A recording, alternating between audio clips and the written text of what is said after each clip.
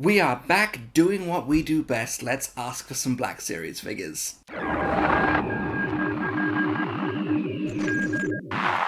Hello there, welcome back to the channel. I am Grand Moff Tony. Now this week on the channel, wish lists are back. We embarked on this massive quest last year to do a wish list for every piece of Star Wars media in canon that was out there. We did all the movies, all the TV shows, most of the games, and I was very, very happy with how it all turned out. We did great, and I really, really enjoyed it. But before we got started working on a Season 2, as it were, and figuring out more Star Wars properties to draw wish lists from, I came to the realization that I don't think there's anything out there in the stuff that we haven't covered that I want more than what we've already talked about, and that kind of led me logically to what video I wanted to do first for this, and that is an ultimate wish list. Like going back, looking at every single wish list that we did, taking the top picks and figuring out which ones we wanted the most. So this is effectively a best of all time wish list. It's the figures that I want the most that we've talked about so far on the channel. I didn't do any honorable mentions, I did mostly just single release figures. You know how these lists go, let's just get straight into it. These are the top 10 Black Series wishlist picks that I want the most from the entire first season of the wishlist series. Coming in at number 10 from the Mandalorian wishlist, it is Moff Gideon in his 4th generation Dark Trooper armor. I stand by everything I said about this figure back when we did this wishlist. It would be incredible. The original Moff Gideon is a great figure. It's got a fantastic head sculpt. I love the look of his armor, and I even really like that plastic cape. It looks great. And that served us well for his appearances in seasons 1 and 2, because he just sort of showed up wearing the same outfit. But in season 3, he got a major update and a major upgrade, and I want the same thing for my Moff Gideon Black Series figure. I want a powerful, armored-looking figure with a removable helmet and an exceptional Giancarlo Esposito likeness underneath. I just feel like this could be an absolutely brilliant figure. And a lot like the Dark Trooper figure really captured how menacing and powerful those guys are, I feel like we could do the same thing for Moff Gideon, just putting him in this incredibly badass armor. I've had some time to think about it, and I feel like I would go for a soft goods cape on this version of Gideon. I just feel like with the fight poses you're going to want to put him in, a plastic cape would really hamper how he's able to be posed. So I would go for soft goods on that, and I would really, really want to get his electro staff included in the box. Some little purple energy effects to really sell the look, and maybe even a destroyed Darksaber hilt. We could talk about that now, right? It's been long enough to talk about spoilers. Get that destroyed Darksaber hilt in there and I will be very, very pleased indeed. Another gleaming black armored figure on my Mandalorian display. One that I am too nervous to handle because I don't want to get greasy fingerprints all over it. Moff Gideon is an easy pick for number 10. I was isolating the potential to wield the Force. At number 9 from the Return of the Jedi wishlist is the Max Rebo Band. I would just adore the chance to get these guys on my shelf, and they don't even need to do much. They could effectively just be statues. They could just stand there in their single static positions, holding their instruments, and I would be thrilled with it. You get Max on his little keyboard setup. Maybe Sice Noodles comes with a microphone and a stand that will probably go away to assisting her probably very top heaviness. And then obviously Droopy McCool with his weird clarinet looking thing. I don't bloody know, I just know they'd look fantastic in a Jabba's Palace display, and that's a display that I have a very, very ambitious vision for, and these guys are a part of it, so I really need them to come out. I don't need a ton in the box with them, and as I say, they don't even need to move that much. These guys could be statues, and I would go out and buy them. That might even help with the top heaviness on Snootles. I talked in the previous video about either wanting them to come out as a 3-pack or have them be like 3-store exclusives, just not Walmart. Not Walmart. But I think I'm really, really sold on the idea of getting a great, maybe a Star Wars Celebration Convention exclusive 3-pack. That's one that I would slap a pre-order on without hesitation. The Black Series always does a great job with aliens. Let's get another major Star Wars band into the Black Series. The Max Rebo Band comes in at number 9.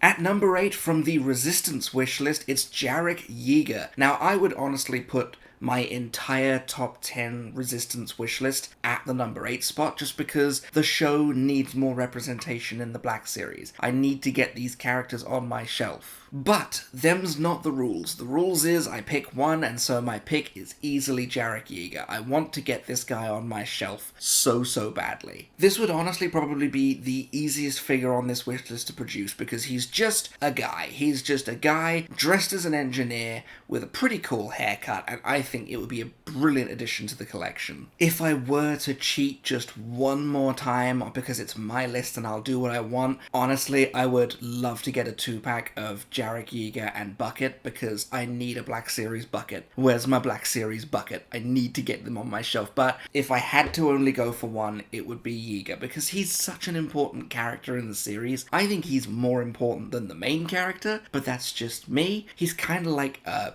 relic of the old Rebellion days, and you can tell he doesn't want to get involved, but when it comes to it, he has to, and I love him for that. He'd be really easy to produce, just slap some stuff together that's probably already sitting in a warehouse somewhere and stick a brand new head on there, and I will be very happy indeed. Jarek Yeager is my pick for number 8. Good job, Cass. Yeager, no!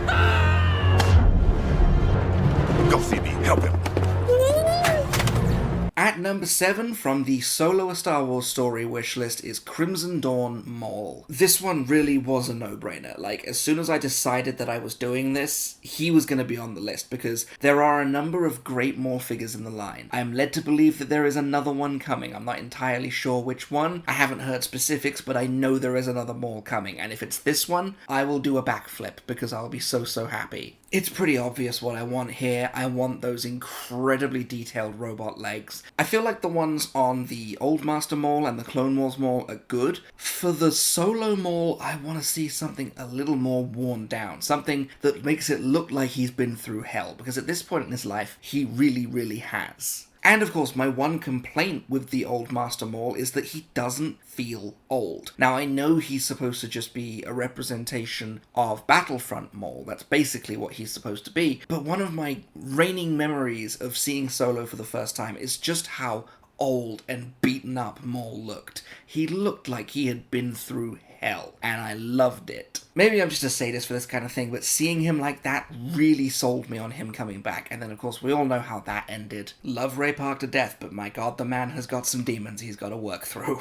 Once again, I cannot believe the words are coming out of my mouth, but I would love to get a soft goods robe on this Maul. I feel like that just added so much to his presence, and I really want to get that Crimson Dawn necklace as well, because it just looks great. And of course, the tried and true Inquisitor lightsaber that he has at this point in time. I said I would take this figure as a hologram, but after seeing how the hologram line kind of turned out, I am rescinding that offer. I want to get a full production photo style Crimson Dawn Maul, and I want him on my shelf, because I think he would look incredible. I know there are a ton of Mauls in the line, but I want this one. Crimson Dawn Maul comes in at number 7. Kira, you and I will be working much more closely from now on. From one of the crabbiest Zabraks this side of the Hydian to the other, at number 6 from the Clone Wars wishlist is Savage Opress. This guy is a glaring hole in any Clone Wars display, because he is such a massive presence in the later seasons. He ties in so well to Ventress's story. He ties in so well to Dooku and the return of Darth Maul. And let's face it, he was born to be an action figure. This guy was designed to be an action figure, so why isn't he? Why is he not in my Black Series collection? Well, it's because they haven't made him yet. Well, I'm sitting here and I'm saying, you need to make him. Back when I was a kid, I had a little pre-transformed Savage figure, so he's just like in his sort of shirtless getup that he wears during his trials before he gets mutated. And you know, it came with his spear and it looked fine and dandy, but what I really want is a towering armored monstrosity that I can just look at and be like, yeah, that's cool. I honestly didn't think it would be possible to capture that kind of bulk, and then they went and knocked Darth Malgus out of the park, so really there's no excuse. I need to get Savage into the line. And since this is my ultimate wishlist and I'm being kinda demanding, I want to get both his weapons in the box. I want to get that spear that he has at first, and I want to get his double-bladed lightsaber that he adopts later. That's it. That's all I want in the box. I don't want anything else. Just Savage and his 2 weapons, and I will be a very, very happy boy, and I'll go out and I'll buy it, no questions asked. We've done Maul time and again, we've done generic Night Brothers twice. How do we not have Savage in the line? We already have the plastic for him, because that Night Brother warrior is a very Savage shade of yellow. I've seen people take that figure and customize it into Savage, but I don't want to have to do that. I want to have a proper, official Savage on my shelf. I need him big, I need him chunky, I need him on my shelf, and I need both those weapons in the box. Savage Press is an obvious pick for number 6. Brother, let us share our strength. There is no need for dominance between us. Master and an apprentice, and you are the apprentice.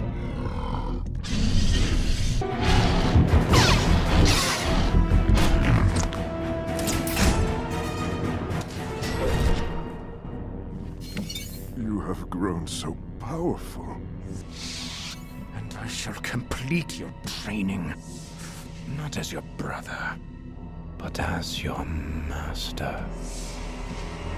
At number 5 from the Rebels wishlist is Agent Callus, another glaring missing figure in an otherwise fantastic line. Seasons 1 through 3 had their obvious main bad guy. You had the Grand Inquisitor, you had Vader, you had Thrawn. Callus was the constant through line of those first 3 seasons. He was the constant baddie that they were always running into. And I really, really want to get him on my shelf and have him represent that. Now, I kind of ummed and ahed in my previous video about whether I would go for Rebel Callus or Imperial ISB Agent Callus, and I think I've made my mind up. It's ISB Agent Callus all the way. I love that armor, I love the way it looks, and I really want to get that bow rifle into the line again. It's such a great accessory, and it only exists in one figure. That just makes me so sad, because it is a marvel of toy engineering. The fact that they could have had a collapsed version and a long version, both in the box, but no, they said no. We're going to engineer this accessory so it can be one or the other, and I loved that. But hey, if you want to have the armor be removable like General Veers and just have him go down to his uniform, I'll take that. I think that would be brilliant. I know I had some far-fetched dreams in the Rebels video about having both versions of Callus be available in the same box, but I think I'm kind of past that now. I feel if we could do it both ways, then great, but I feel like if I gotta have one, if I can only have one Agent Callus, it's gotta be this version of him, and that makes him an obvious pick for number 5. I know!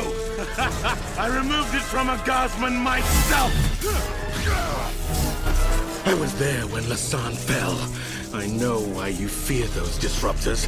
I gave the order to use them! At number 4 from the Rise of Skywalker wishlist, it is the Sith Eternal Darth Sidious. Now, I really ummed and ahed about which version of Sidious from my wishlists I wanted, because he popped up a lot. I talked about this guy a lot. And of course we know that there is a Revenge of the Sith Darth Sidious coming down the pipeline, so that really eliminated the Revenge of the Sith pick for me. Even though I would still love to get that Sith Lord revealed look, if I'm being perfectly honest with myself, the one that I really want is the Sith Eternal Sidious. The rejuvenated immortal Emperor of the Sith. I feel like it could be the definitive Sidious figure.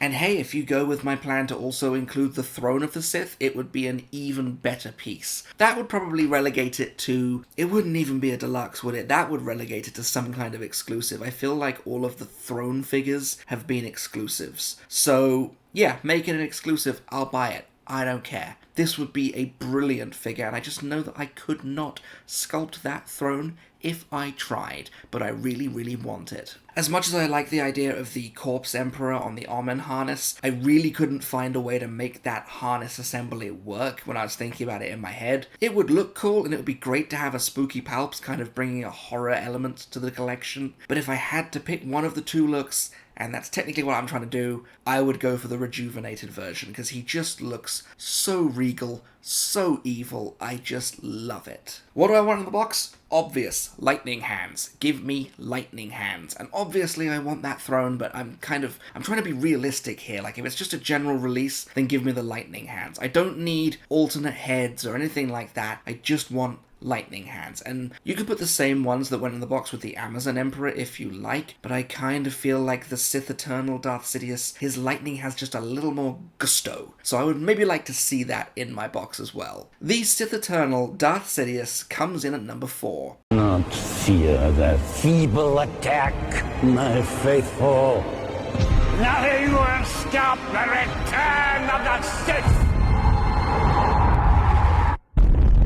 We're getting into the big guns now. Coming in at number 3 from the Attack of the Clones wishlist is Dexter Jettster. You knew he was going to be on this list. You were lying to yourself if you told yourself he wasn't going to be here. Dexter would be a brilliant figure. Every time I get my Rio Durant figure out from Solo, I marvel at how well they executed his forearms. And then I sit there and I'm like, this could really work for Dexter. They could do the exact same system with him and get the exact same results. And he's a big bulky boy. You could hide all kinds of great articulation and engineering in there and all that bulk. He would just be incredible. I've ranted and raved about how good the Black Series does with aliens, and Dexter would be no exception to that. You could even get that greasy little mustache that he's got, and I would go head over heels for it. I speculated about putting him in the box with his waitress droid and making it like a double deluxe figure, but I feel like that would just be impractical if we want to get Dexter in all his articulated glory. It probably has to be its own figure. So let's run with that idea and just put a ton of like kitchen accessories in the boxes. I mean, meat cleavers, like saws, little, I don't know, meat tenderizing hammers. I don't bloody know. Look at the older releases of Dexter and look at what they put in the box with him and just scale those up, and I will be very, very pleased. Dexter is one of those little one-and-done gems of the prequel trilogy. He shows up for one scene,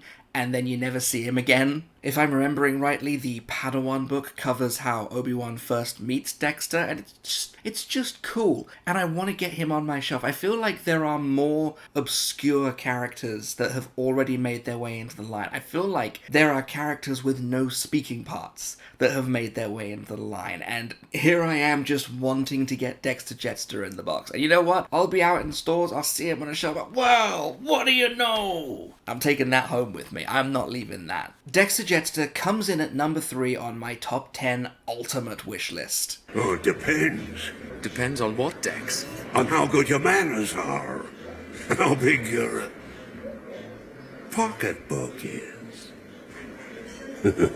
Coming in at number 2 from the Jedi Fallen Order wishlist is Merrin. Now, I really, really wanted to cheat here and say I want Jedi Survivor Merrin, but we haven't done a Jedi Survivor wishlist yet, and that's cheating. Spoiler alert. She's probably going to be number 1. I probably can't do that, can I? I probably have to pick somebody else. If I had done it already, she would have been number 1 because I love Merrin so much. She is a brilliant character, and you know what? If I have to settle and go for the Night Sister look, I will be just as pleased because she looks incredible in full Night Sister garb. You know, whether you go with the slightly more minimalist look that she has after she's joined the crew, or the full, like, hooded, robed shroud of a figure that she is when you first encounter her, I'll be happy either way. I feel like this would be another opportunity to bring back one of those lost Black Series gimmicks. If we bring that heat thing back, you could maybe make her eyes glow when you heat up the figure or cool it down, or however those bloody figures worked. But really, what I want with Merrin in the box is Night Sister magic-y goodness. I want to see some green flames. I want to see, like, maybe some Talzin-style green lightning. If we were talking about the Survivor Merrin, we could have had her bow staff, but I'd go for that piece of skull. If they molded that piece of skull that she has and then had some, like, green translucent plastic around it and, like, green flames, that would be really, really cool. I would love that. Merrin is just such a great character, and like I've said a million times on this list already, she is a glaring hole in my collection. Why is it with the Jedi Fallen Order stuff, we got a decent handful of figures, and then Jedi Survivor comes along, we only get Cal and some army builders? Where's the rest of the crew? You know, give me the rest of the crew. Give me Seer and Grease, and give me a second sister with the helmet taken off. But before you do any of that, give me a really, really great Merrin figure in her full Night Sister look. Maybe a soft goods robe and a hood that you can remove so you can pick which version you want. Are we still doing that in the Black Series? Are we still doing where you can, like, take pieces off and put pieces on to kind of pick the look that you want? Because if that's the case, put that on my Night Sister Merrin figure. I will be very, very pleased. Merrin comes in at number 2. Unlike the Jedi, the Night Sisters of Dothamir do not turn on their kind. Our bond is eternal. But my number one pick on my ultimate Black Series wishlist, all the way from the very first video, the Phantom Menace wishlist, it's Queen Amidala. Now I know what you're thinking, and yes, I'm very, very pleased that Battle Dress Padme is coming out, and I'm very, very happy with that. I'm glad that my Attack of the Clones Padme will no longer be alone. But if I'm being honest, and I'm being picky, and I'm being demanding, which seems to be the running theme of this wishlist, I still want Invasion Dress Padme. I really want Queen Amidala on my shelf. That incredible red dress, those immense details on her headdress, stick a really, really great face on there. I don't even need it to do a ton. It can just stand there. It could be the most traffic cone of all traffic cone figures. It could make Mon Mothma look like bloody old Master Maul for all I care. I don't like to throw this word around very often, but it is just one of the most iconic looking characters in the entire saga. There is hardly anything in all of Star Wars that measures up to Queen Amidala's invasion dress. It is the thing that I think of first when I think of the Phantom Menace. I don't even go to Darth Maul first. I go to Queen Amidala. Now in the original video I kind of tossed around the idea of would it be a plastic dress or would it be soft goods? Or would it be some kind of twisted amalgamation of both like you sometimes get, like with the Yavin ceremony Leia? And the answer is I'm still not sure. Like, part of me wants a soft goods dress. Part of me is like, that will look incredible. But then there's another part of me that says it would look incredible unless it didn't. Unless it kind of looked weightless and poofy and just sort of floated. Kind of like, and I hate to say a bad thing about this figure, kind of like the Amazon exclusive Emperor Palpatine. When he first came out, his robe is ever so slightly poofy and it doesn't quite fit properly. Now the archive re-release of that Palpatine, his robe fit incredibly and it was everything that I wanted. But it does give me pause when I'm talking about Amidala because the dress is the look, and if the dress isn't right, it's not going to look right. Now, I've seen some great, like, 12-inch scale, like, Barbie doll style figures of Queen Amidala in this dress, and they look great. But that's because they have the freedom of a larger scale. But you know what I would sacrifice the soft goods dress for? We talked previously about the hologram figures and about how I wasn't, blown away by them. I've never really been blown away by the hologram figures. I like the Force Ghost figures, which kind of feels like a, bit of a contradiction there, but the hologram figures really don't do it for me. But what does do it for me with them is the uplighting. They have shown that they are prepared to do electronic uplighting. Here is my proposal. I will take an invasion dress Queen Amidala in a full plastic traffic cone with like posable arms and whatnot and a posable head, but really no lower body articulation. If you build that uplighting into the dress so that we can have the orbs at the base of her dress light up, give me that and I won't even think of why there isn't a soft goods dress in the box. But since I really, really want this figure, I just want to put out that I will also accept a soft goods dress that comes with a throne that she can sit on, because like I said in my original video, the good guys are lacking representation on their thrones. We got a ton of bad guy thrones, we need a good guy throne. So whether it is a soft goods dress that means she can sit on a throne, or a plastic dress with uplighting and glowing orbs, it really should come as no surprise that my number one pick for my top 10 ultimate Black Series wishlist is Phantom Menace Invasion Dress Queen Amidala. We must continue to rely on negotiation, and will not condone a course of action that will lead us to war.